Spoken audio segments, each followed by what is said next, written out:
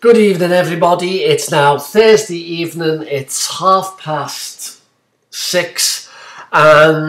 and this is Mr. Jones with a review of the replies that I've had coming in this week. First things first. I am very, very content with the quality of the replies that have come in so far. I know I've been asking you tough questions in these exercises. And I know that, well, it's not familiar, is it? Obviously it's not familiar, otherwise you wouldn't be on the flaming course. But I've had some very, very interesting replies, and I look forward to some very, very interesting replies in future. Glad to hear from South Wales that you found the history of heart failure session rather interesting. It is, isn't it? It is. I didn't know that dropsy meant edema. I always imagined dropsy to be something like, I don't know, epilepsy or something. But you look at some of the treatments that were offered to people in the past. It's just this side of barbaric, But then they were up against it, weren't they? They were really up against it. This is this has been a hard disease to treat. Right up to the present day, really. But when they had nothing in the way of drugs and techniques to deal with heart failure, it must have been almost impossible. Didn't you like the idea, by the way, of giving people purgatives? That's an interesting idea if you think about it, because if you give somebody a drug that makes people violently pass feces, then the extra water in the feces could be water. Well, where else is it going to come from? It's going to be drawn through a semi-permeable membrane, that is the small bowel, into the lumen of the intestine. In some respects, I suppose, you could call the administration of extreme purgatives as a form of peritoneal dialysis. I don't know whether I said this in the actual lesson itself, but it's still a point that's worthwhile thinking about. Good to see there from South Wales. You've really nailed the causes of heart failure. You put the two big ones up there. Myocardial infarction, where you lose a little piece of your heart muscle, either all at once, you lose a large chunk, or stuttering small infarct, your heart actually gets less functional, dysfunctional. I note that there was no causes of diastolic heart failure noted down there. I noted that, but nevertheless, that's a bit more tricky, isn't it, to pin down the causes of diastolic failure.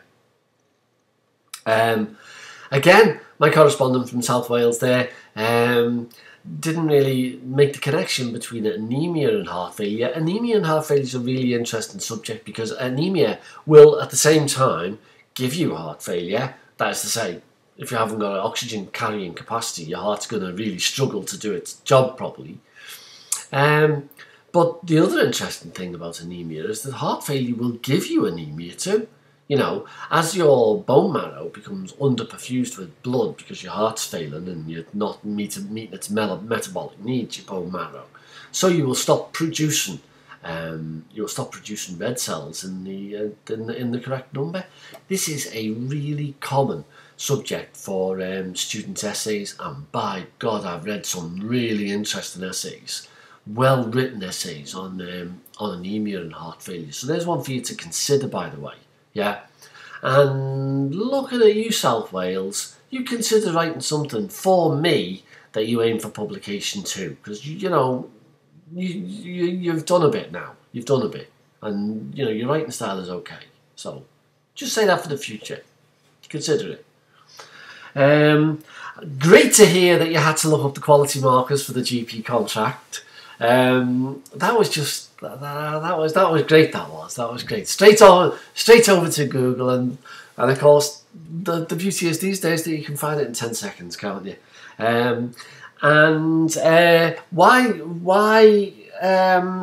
Why quality marker for echocardiography and no quality marker for BNP? Good question. Where I live, BNP's aren't routinely done. They've considered in the past that it was more efficient, more worthwhile the money to invest any cash that they've got in echocardiography services, not going down the BMP route. I don't think that's the same in other parts of the country, and it certainly isn't the same in other parts of Europe. When I went to France a few years ago to look at a heart failure service over there, all the patients knew their own BMP. They'd come to the doctor and they'd say, I think I'm a bit worse, I'm feeling a bit more breathless, and my BMP is up. Which is, you know, and who would have thought that the heart, as well as all its other functions, had the function of a gland secreting these substances, you know, and hats off to the biochemist who spotted this stuff and worked out what it was, you know, because it's in infinitesimally small amounts, you know, and yeah, not only have they spotted that it's there, they've spotted that it rises in line with the severity of illness, that it predicts outcome. You know, you've got to admire these people, haven't you? Again, Stepping Hill, top class contribution, well done, very pleased at that, I've got to tell you. Another one of my old girls.